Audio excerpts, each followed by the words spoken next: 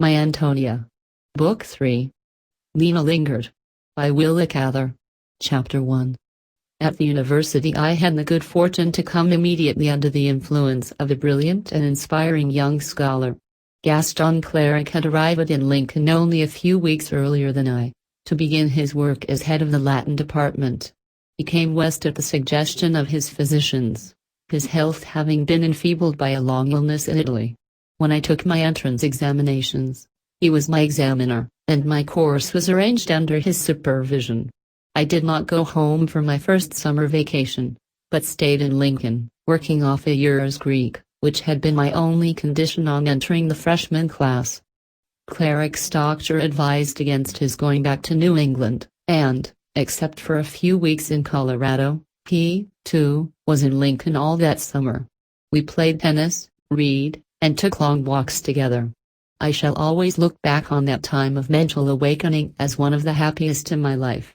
Gaston Cleric introduced me to the world of ideas. When one first enters that world, everything else fades for a time, and all that went before is as if it had not been. Yet I found curious survivals. Some of the figures of my old life seemed to be waiting for me in the new. In those days there were many serious young men among the students who had come up to the university from the farms and the little towns scattered over the thinly settled state. Some of those boys came straight from the cornfields with only a summer's wages in their pockets, hung on through the 4 years, shabby and underfed, and completed the course by really heroic self-sacrifice. Our instructors were oddly assorted: wandering pioneer school teachers, stranded ministers of the gospel, a few enthusiastic young men just out of graduate schools. There was an atmosphere of endeavor, of expectancy and bright hopefulness about the young college that had lifted its head from the prairie only a few years before. Our personal life was as free as that of our instructors. There were no college dormitories. We lived where we could and as we could. I took rooms with an old couple, early settlers in Lincoln, who had married off their children and now lived quietly in their house at the edge of town, near the open country. The house was inconveniently situated for students, and on that account I got 2 rooms for the price of one. My bedroom, originally a linen closet, was unheated and was barely large enough to contain my cot bed, but it enabled me to call the other room my study. The dresser, and the great walnut wardrobe which held all my clothes, even my hats and shoes, I had pushed out of the way, and I considered them non-existent, as children eliminate incongruous objects when they were playing house. I worked at a commodious green-topped table placed directly in front of the west window which looked out over the prairie. In the corner at my right were all my books, in shelves I had made and painted myself. On the blank wall at my left the dark, old-fashioned wallpaper was covered by a large map of ancient Rome, the work of some German scholar. Cleric had ordered it for me when he was sending for books from abroad. Over the bookcase hung a photograph of the tragic theater at Pompeii, which he had given me from his collection. When I sat at work I half-faced a deep, upholstered chair which stood at the end of my table, its high back against the wall. I had bought it with great care. My instructor sometimes looked in upon me when he was out for an evening tramp, and I noticed that he was more likely to linger and become talkative if I had a comfortable chair for him to sit in, and if he found a bottle of Benedictine and plenty of the kind of cigarettes he liked, at his elbow. I had discovered, parsimonious about small expenditures, a trait absolutely inconsistent with his general character. Sometimes when he came he was silent and moody, and after a few sarcastic remarks went away again, to tramp the streets of Lincoln, which were almost as quiet and oppressively domestic as those of Black Hawk. Again, he would sit until nearly midnight, talking about Latin and English poetry, or telling me about his long stay in Italy. I can give no idea of the peculiar charm and vividness of his talk. In a crowd he was nearly always silent. Even for his classroom he had no platitudes, no stock of professorial anecdotes. When he was tired, his lectures were clouded, obscure, elliptical, but when he was interested they were wonderful. I believe that Gaston Cleric narrowly missed being a great poet, and I have sometimes thought that his bursts of imaginative talk were fatal to his poetic gift. He squandered too much in the heat of personal communication. How often I have seen him draw his dark brows together, fix his eyes upon some object on the wall or a figure in the carpet, and then flash into the lamplight the very image that was in his brain. He could bring the drama of antique life before one out of the shadows, white figures against blue backgrounds. I shall never forget his face as it looked one night when he told me about the solitary day he spent among the sea temples at Paestum, the soft wind blowing through the roofless columns, the birds flying low over the flowering marsh grasses, the changing lights on the silver, cloud-hung mountains. He had willfully stayed the short summer night there, wrapped in his coat and rug, watching the constellations on their path down the sky until a bride of old Tithonus rose out of the sea, and the mountains stood sharp in the dawn. It was there he caught the fever which held him back on the eve of his departure for Greece and of which he lay ill so long in Naples. He was still, indeed, doing penance for it. I remember vividly another evening, when something led us to talk of Dante's veneration for Virgil. Cleric went through canto after canto of the Commedia, repeating the discourse between Dante and his sweet teacher, while his cigarette burned itself out unheeded between his long fingers. I can hear him now, speaking the lines of the poet Statius, who spoke for Dante. I was famous on earth with the name which endures longest and honors most. The seeds of my ardor were the sparks from that divine flame whereby more than 1,000 have kindled. I speak of the Aeneid, mother to me and nurse to me in poetry. Although I admired scholarship so much in Cleric, I was not deceived about myself. I knew that I should never be a scholar. I could never lose myself for long among impersonal things. Mental excitement was apt to send me with a rush back to my own naked land and the figures scattered upon it. While I was in the very act of yearning toward the new forms that Cleric brought up before me, my mind plunged away from me, and I suddenly found myself thinking of the places and people of my own infinitesimal past. They stood out strengthened and simplified now, like the image of the plough against the sun. They were all I had for an answer to the new appeal. I begrudged the room that Giacondato and Russian Peter took up in my memory, which I wanted to crowd with other things. But whenever my consciousness was quickened, all those early friends were quickened within it, and in some strange way they accompanied me through all my new experiences. They were so much alive in me that I scarcely stopped to wonder whether they were alive anywhere else, or how. Chapter 2. One March evening in my sophomore year I was sitting alone in my room after supper. There had been a warm thaw all day, with mushy yards and little streams of dark water gurgling cheerfully into the streets out of old snowbanks. My window was open, and the earthy wind blowing through made me indolent. On the edge of the prairie, where the sun had gone down, the sky was turquoise blue, like a lake, with gold light throbbing in it. Higher up, in the utter clarity of the western slope, the evening star hung like a lamp suspended by silver chains, like the lamp engraved upon the title page of old Latin texts, which is always appearing in new heavens, and waking new desires in men. It reminded me, at any rate, to shut my window and light my wick in answer. I did so regretfully, and the dim objects in the room emerged from the shadows and took their place about me with the helpfulness which custom breeds.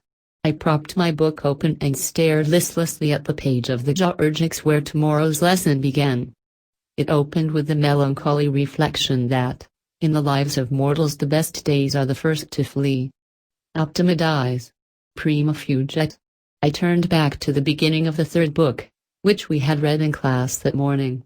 Prima Seagull in Patriam Mecum.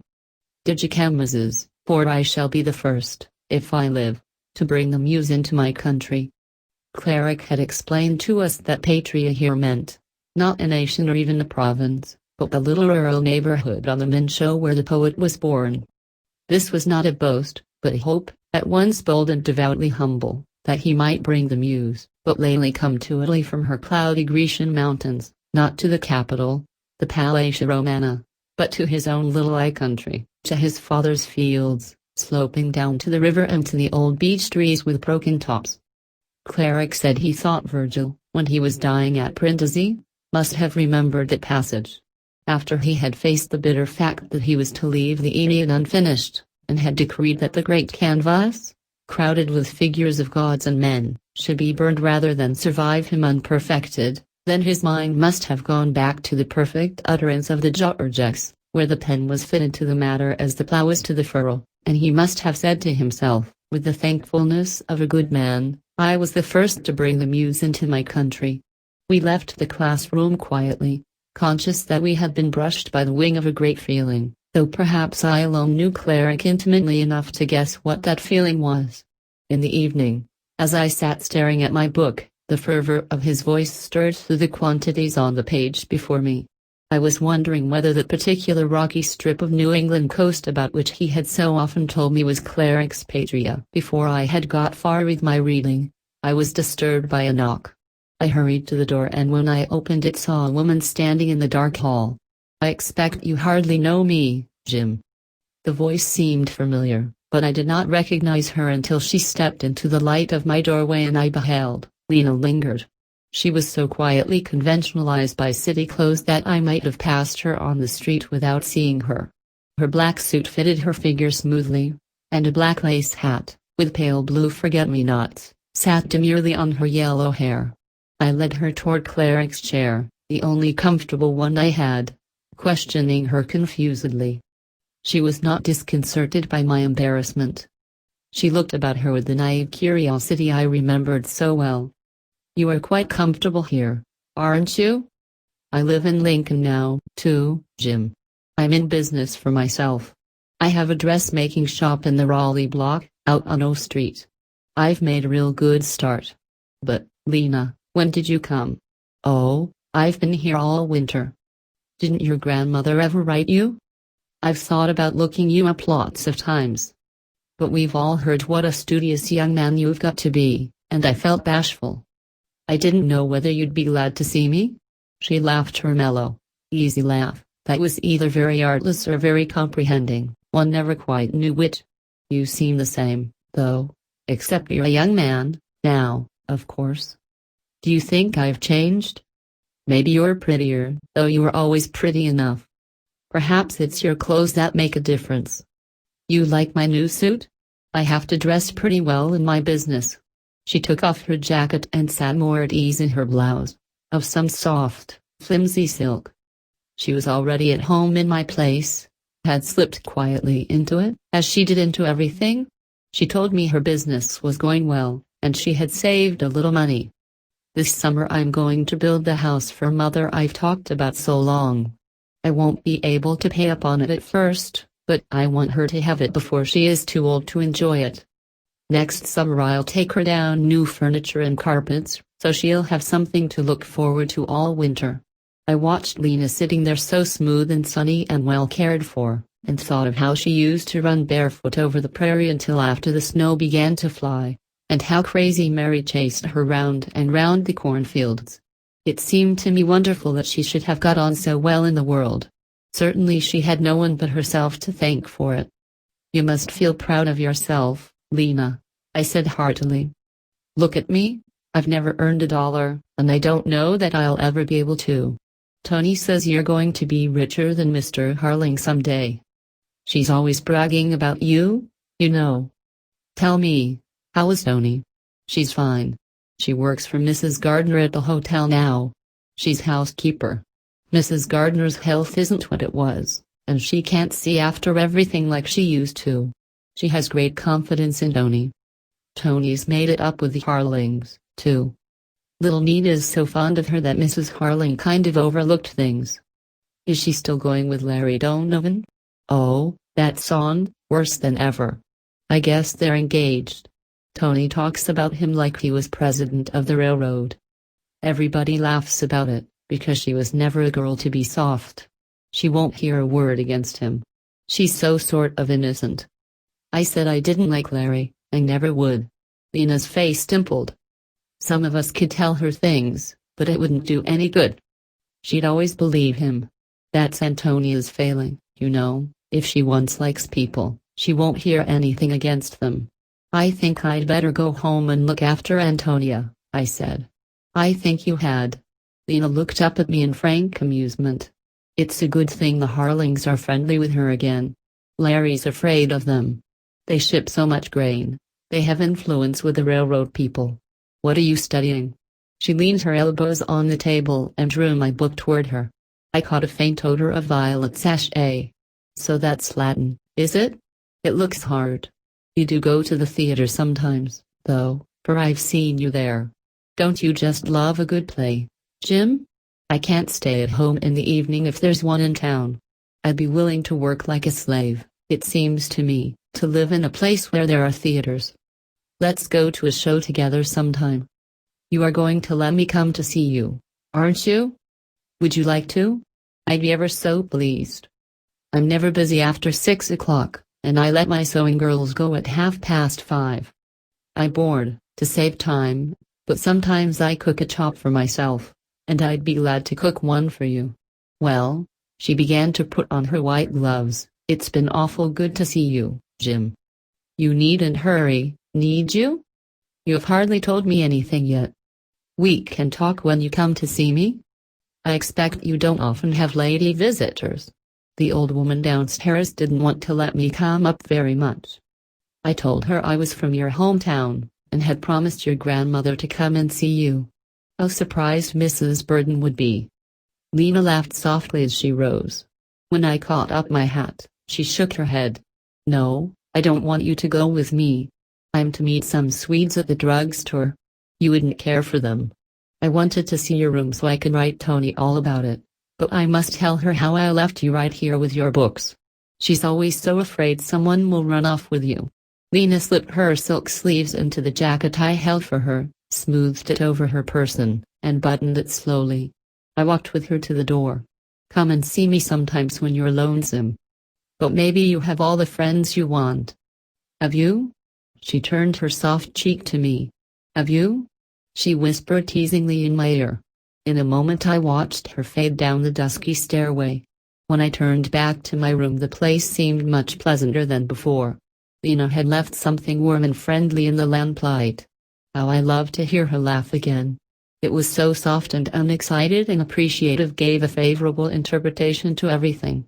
When I closed my eyes I could hear them all laughing, the Danish laundry girls and the 3 Bohemian Marys. Lena had brought them all back to me. It came over me, as it had never done before, the relation between girls like those in the poetry of Virgil. If there were no girls like them in the world, there would be no poetry. I understood it clearly, for the first time. This revelation seemed to me inestimably precious. I clung to it as if it might suddenly vanish. As I sat down to my book at last, my old dream about Lena coming across the harvest field in her short skirt seemed to me like the memory of an actual experience. It floated before me on the page like a picture, and underneath it stood the mournful line, Optima dies. Prima fugit. Chapter 3.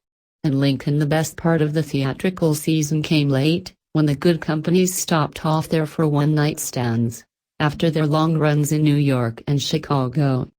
That spring Lena went with me to see Joseph Jefferson and Rip Van Winkle, and to a war play called Shenandoah. She was inflexible about playing for her own seat, said she was in business now, and she wouldn't have a schoolboy spending his money on her. I liked to watch a play with Lena. Everything was wonderful to her, and everything was true.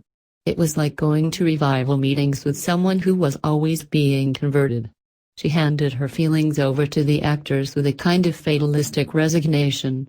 Accessories of costume and scene meant much more to her than to me. She sat entranced through Robin Hood and hung upon the lips of the contralto who sang, "Oh, Promise Me." Toward the end of April, the billboards, which I watched anxiously in those days, bloomed out one morning with gleaming white posters on which 2 names were impressively printed in blue Gothic letters, the name of an actress of whom I had often heard, and the name Camille. I called it the Raleigh block for Lena on Saturday evening, and we walked down to the theater. The weather was warm and sultry and put us both in a holiday humor. We arrived early, because Lena liked to watch the people come in. There was a note on the program, saying that the incidental music would be from the opera Traviata, which was made from the same story as the play. We had neither of us read the play, and we did not know what it was about, though I seem to remember having heard it was a piece in which great actresses shone. The Count of Monte Cristo, which I had seen James O'Neill play that winter, was by the only Alexander Dumas I knew. This play, I saw, was by his son, and I expected a family resemblance. A couple of jackrabbits, running off the prairie, could not have been more innocent of what awaited them than were Lena and I. Our excitement began with the rise of the curtain, when the moody Varville, seated before the fire, interrogated Menede. Decidedly, there was a new tang about this dialogue. I had never heard in the theatre lines that were alive, that presupposed and took for granted, like those which passed between Varville and Marguerite in the brief encounter before her friends entered. This introduced the most brilliant, worldly, the most enchantingly gay scene I had ever looked upon. I had never seen champagne bottles opened on the stage before, indeed, I had never seen them opened anywhere. The memory of that supper makes me hungry now. The sight of it then, when I had only a student's boarding house dinner behind me, was delicate torment. I seemed to remember gilded chairs and tables, arranged hurriedly by footmen in white gloves and stockings, linen of dazzling whiteness, glittering glass, silver dishes, a great bowl of fruit, and the reddest of roses. The room was invaded by beautiful women and dashing young men, laughing and talking together. The men were dressed more or less after the period in which the play was written. The women were not. I saw no inconsistency. Their talk seemed to open to one the brilliant world in which they lived. Every sentence made one older and wiser. Every pleasantry enlarged one's horizon. One could experience success and satiety without the inconvenience of learning what to do with one's hands in a drawing room. When the characters all spoke at once and I missed some of the phrases they flashed at each other, I was in misery. I strained my ears and eyes to catch every exclamation. The actress who played Marguerite was even then old-fashioned, though historic. She had been a member of Daly's famous New York company, and afterward a star under his direction.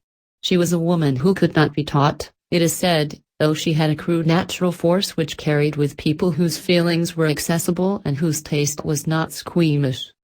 She was already old, with a ravaged countenance and a physique curiously hard and stiff. She moved with difficulty.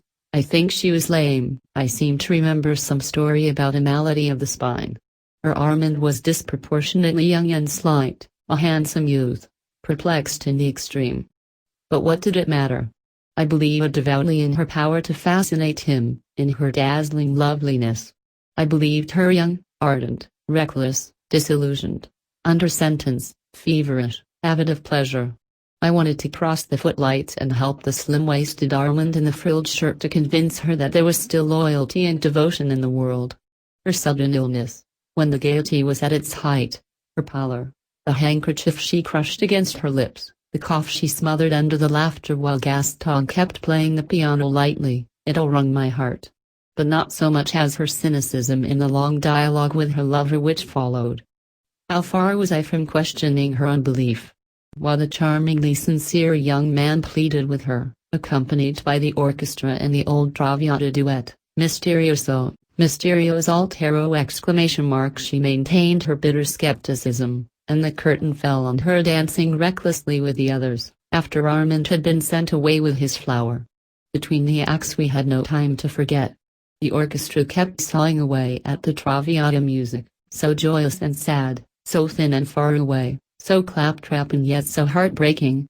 After the second act I left Lena in tearful contemplation of the ceiling, and went out into the lobby to smoke. As I walked about there I congratulated myself that I had not brought some Lincoln girl who would talk during the waits about the junior dances, or whether the cadets would camp at Plasmouth. Lena was at least a woman, and I was a man. Through the scene between Marguerite and the elder Duval, Lena wept unceasingly, and I sat helpless to prevent the closing of that chapter of idyllic love, dreading the return of the young man whose ineffable happiness was only to be the measure of his fall. I suppose no woman could have been further in person, voice, and temperament from my appealing heroine than the veteran actress who first acquainted me with her. Her conception of the character was as heavy and uncompromising as her diction. She bore hard on the idea and on the consonants. At all times she was highly tragic, devoured by remorse. Lightness of stress or behavior was far from her. Her voice was heavy and deep, Armand. She would begin, as if she were summoning him to the bar of judgment. But the lines were enough. She had only to utter them. They created the character in spite of her. The heartless world which Marguerite re-entered with Varville had never been so glittering and reckless as on the night when it gathered in Olympie's salon for the fourth act. There were chandeliers hung from the ceiling, I remember, many servants in livery, gaming tables where the men played with piles of gold, and a staircase down which the guests made their entrance. After all the others had gathered round the card tables and young Duval had been warned by Prudence, Marguerite descended the staircase with Varville, such a cloak, such a fan, such jewels, and her face. One knew at a glance how it was with her. When Armand, with the terrible words, "Look, all of you, I owe this woman nothing," flung the golden banknotes at the half-swooning Marguerite, Lena cowered beside me and covered her face with her hands. The curtain rose on the bedroom scene. By this time there wasn't a nerve in me that hadn't been twisted. Nanine alone could have made me cry. I loved Nanine tenderly, and Gaston, how one clung to that good fellow. The New Year's presents were not too much. Nothing could be too much now. I wept unrestrainedly. Even the handkerchief in my breast pocket, worn for elegance and not at all for use, was wet through by the time the moribund woman sank for the last time into the arms of her lover. When we reached the door of the theater, the streets were shining with rain. I had prudently brought along Mrs. Harling's useful commencement present, and I took Lena home under its shelter. After leaving her, I walked slowly out into the country part of the town where I lived. The lilacs were all blooming in the yards, and the smell of them after the rain, of the new leaves and the blossoms together, blew into my face with a sort of bitter sweetness. I tramped through the puddles and under the showery trees, mourning for Marguerite Gautier as if she had died only yesterday, sighing with the spirit of 1840, which had sighed so much, and which had reached me only that night, across long years in several languages, through the person of an infirm old actress. The idea is one that no circumstances can frustrate. Wherever and whenever that piece is put on, it is April. Chapter 4. How well I remember the stiff little parlor where I used to wait for Lena, the hard horsehair furniture, bought at some auction sale, the long mirror, the fashion plates on the wall. If I sat down even for a moment, I was sure to find threads and bits of colored silk clinging to my clothes after I went away. Lena's success puzzled me. She was so easygoing, had none of the push and self-assertiveness that get people ahead in business. She had come to Lincoln, a country girl, with no introductions except to some cousins of Mrs. Thomas who lived there, and she was already making clothes for the women of the young married set.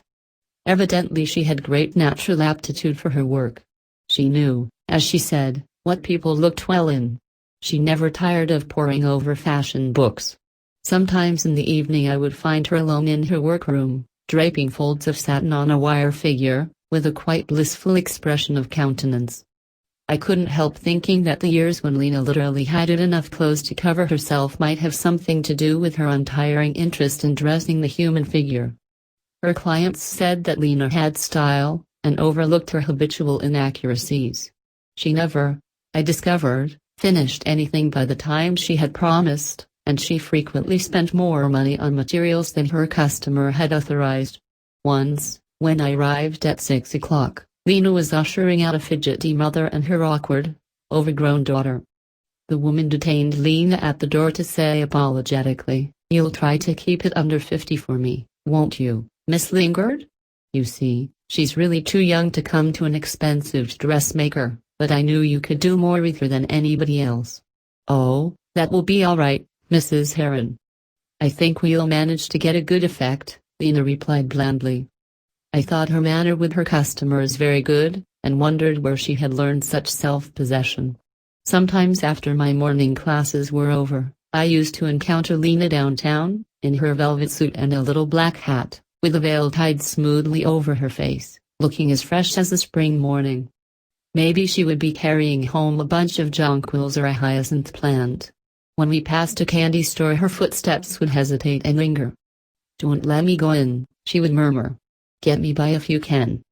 She was very fond of sweets, and was afraid of growing too plump. We had delightful Sunday breakfasts together at Lena's. At the back of her long workroom was a bay window, large enough to hold a box couch and a reading table. We breakfasted in this recess, after drawing the curtains that shut out the long room, with cutting tables and wire women and sheet-draped garments on the walls. The sunlight poured in, making everything on the table shine and glitter and the flame of the alcohol lamp disappear altogether. Lena's curly black water spaniel, Prince breakfasted with us. He sat beside her on the couch and behaved very well until a Polish violin teacher across the hall began to practice, when Prince would growl and sniff the air with disgust. Lena's landlord, old Colonel Raleigh, had given her the dog, and at first she was not at all pleased. She had spent too much of her life taking care of animals to have much sentiment about them. But Prince was a knowing little beast, and she grew fond of him. After breakfast I made him do his lessons, play dead dog, shake hands, stand up like a soldier. We used to put my cadet cap on his head. I had to take military drill at the university, and give him a yard measure to hold with his front leg. His gravity made us laugh immoderately. Lena's talk always amused me. Antonia had never talked like the people about her. Even after she learned to speak English readily, there was always something impulsive and foreign in her speech. But Lena had picked up all the conventional expressions she heard at Mrs. Thomas's dressmaking shop. Those formal phrases, the very flower of small-town proprieties, and the flat commonplaces, nearly all hypocritical in their origin, became very funny, very engaging, when they were uttered in Lena's soft voice, with her caressing intonation and arch naivete.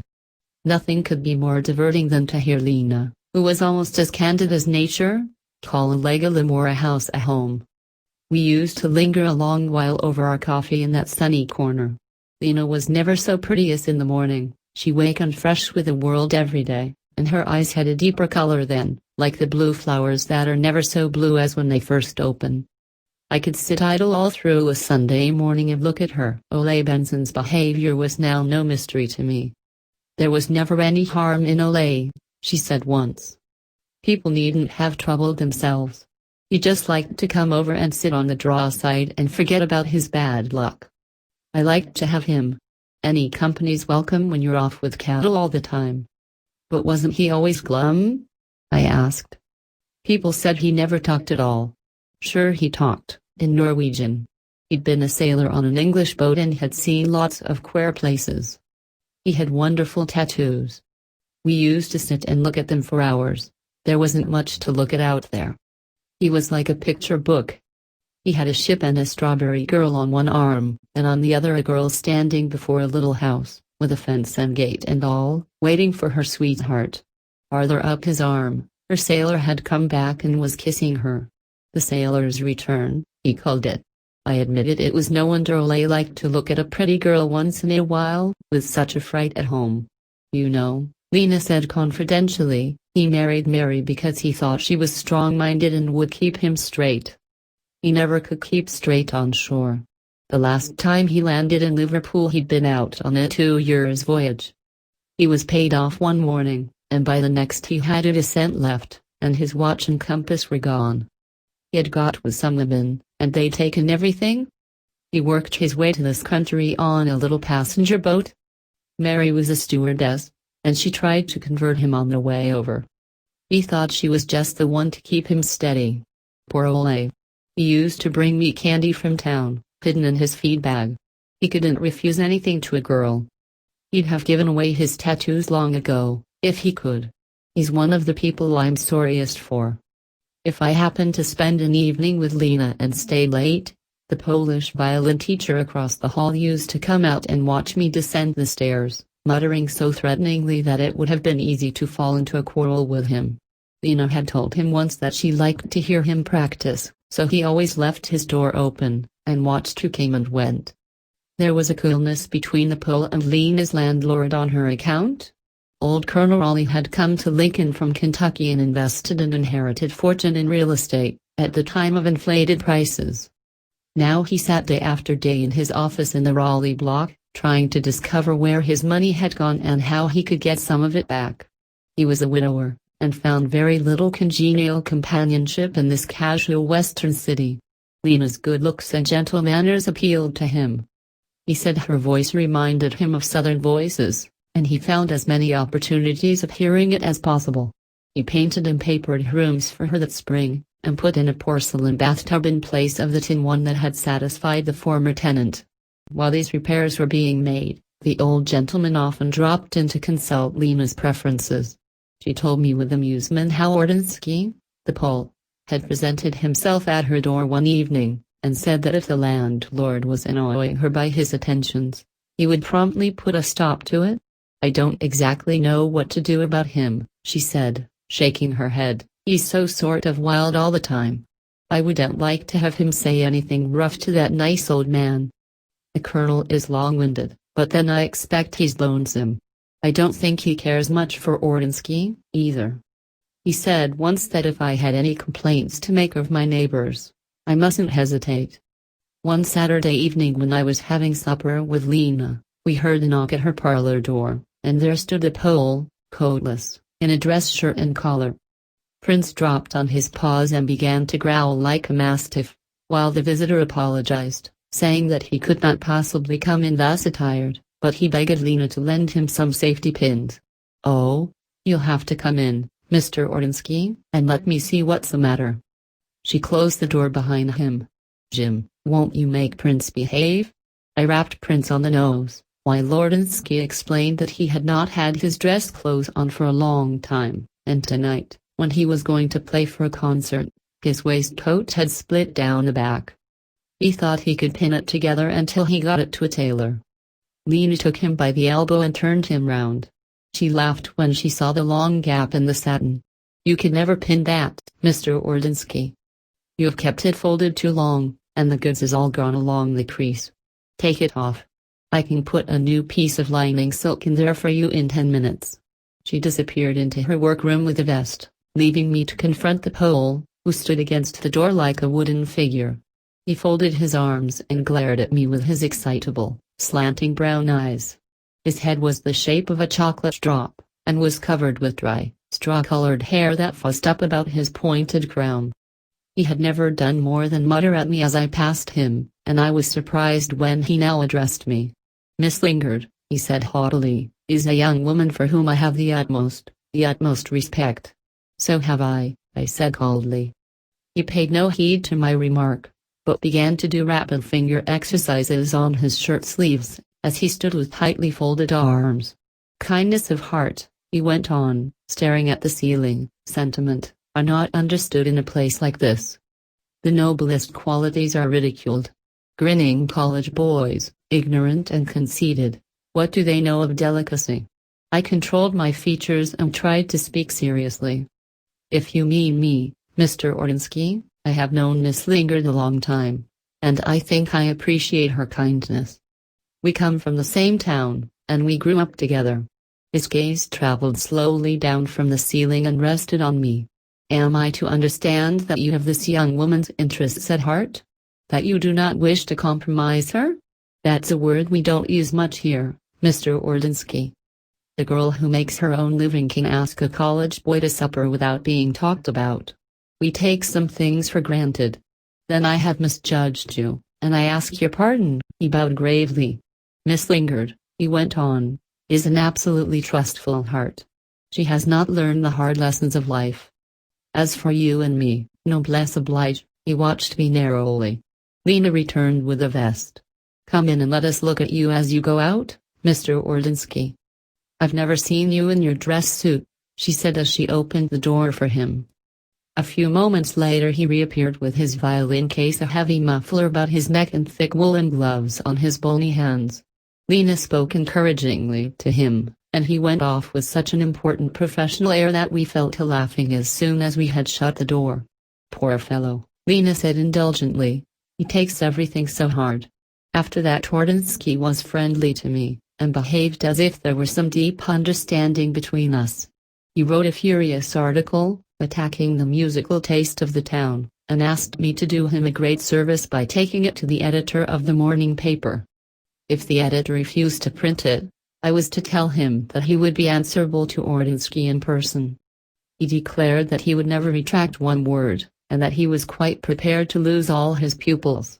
In spite of the fact that nobody ever mentioned his article to him after it appeared, full of typographical errors which he thought intentional, he got a certain satisfaction from believing that the citizens of Lincoln had meekly accepted the epithet coarse barbarians. "You see how it is," he said to me, "where there is no chivalry, there is no amour propre." When I met him on his rounds now, I thought he carried his head more disdainfully than ever, and strode up the steps of front porches and rang doorbells with more assurance. He told Lena he would never forget how I had stood by him when he was under fire. All this time, of course, I was drifting. Lena had broken up my serious mood. I wasn't interested in my classes. I played with Lena and Prince, I played with the pole, I went buggy riding with the old colonel, who had taken a fancy to me and used to talk to me about Lena and the great beauties he had known in his youth. We were all three in love with Lena. Before the 1st of June, Gaston Cleric was offered an instructorship at Harvard College, and accepted it. He suggested that I should follow him in the fall, and complete my course at Harvard. He had found out about Lena, not from me, and he talked to me seriously. "You won't do anything here now. You should either quit school and go to work, or change your college and begin again in earnest. You won't recover yourself while you are playing about with this handsome Norwegian. Yes, I've seen her with you at the theater. She's very pretty, and perfectly irresponsible, I should judge." Cleric wrote my grandfather that he would like to take me east with him. To my astonishment, grandfather replied that I might go if I wished. I was both glad and sorry on the day when the letter came. I stayed in my room all evening and thought things over. I even tried to persuade myself that I was standing in Lena's way. It is so necessary to be a little noble! And that if she had not me to play with, she would probably marry and secure her future. The next evening I went to call on Lena. I found her propped up on the couch in her bay window, with her foot in a big slipper. An awkward little Russian girl whom she had taken into her workroom had dropped a flat iron on Lena's toe. On the table beside her there was a basket of early summer flowers which the Pole had left after he heard of the accident. He always managed to know what went on in Lena's apartment. Lena was telling me some amusing piece of gossip about one of her clients, when I interrupted her and picked up the flower basket. "This old chap will be proposing to you someday, Lena." "Oh, he has, often," she murmured. "What? After you refused him?" "He doesn't mind that. It seems to cheer him to mention the subject. Old men are like that, you know. It makes them feel important to think they're in love with somebody. The colonel would marry you in a minute. I hope you won't marry some old fellow, not even a rich one." Lena shifted her pillows and looked up at me in surprise. "Why, I'm not going to marry anybody." "Didn't you know that?" "Nonsense, Lena. That's what girls say, but you know better. Every handsome girl like you marries, of course." She shook her head. "Not me." "But why not? What makes you say that?" I persisted. Lena laughed. "Well, it's mainly because I don't want a husband. Men are all right for friends, but as soon as you marry them they turn into cranky old fathers, even the wild ones. They begin to tell you what's sensible and what's foolish, and want you to stick at home all the time. I prefer to be foolish when I feel like it, and be accountable to nobody." "But you'll be lonesome. You'll get tired of this sort of life, and you'll want a family." "Not me. I like to be lonesome. When I went to work for Mrs. Thomas I was 19 years old, and I had never slept a night in my life when there weren't three in the bed. I never had a minute to myself except when I was off with the cattle." Usually, when Lena referred to her life in the country at all, she dismissed it with a single remark, humorous or mildly cynical. But tonight her mind seemed to dwell on those early years. She told me she couldn't remember a time when she was so little that she wasn't lugging a heavy baby about, helping to wash for babies, trying to keep their little chapped hands and faces clean. She remembered home as a place where there were always too many children, a cross man and work piling up around a sick woman. It wasn't Mother's fault. She would have made us comfortable if she could. But that was no life for a girl. After I began to herd and milk, I could never get the smell of the cattle off me. The few underclothes I had I kept in a cracker box. On Saturday nights, after everybody was in bed, then I could take a bath if I wasn't too tired. I could make 2 trips to the windmill to carry water, and heat it in the wash boiler on the stove. While the water was heating, I could bring in a washtub out of the cave, and take my bath in the kitchen. Then I could put on a clean nightgown and get into bed with 2 others, who likely hadn't had a bath unless I'd given it to them. You can't tell me anything about family life. I've had plenty to last me. But it's not all like that, I objected. Near enough. It's all being under somebody's thumb. What's on your mind, Jim? Are you afraid I'll want you to marry me someday? Then I told her I was going away. What makes you want to go away, Jim?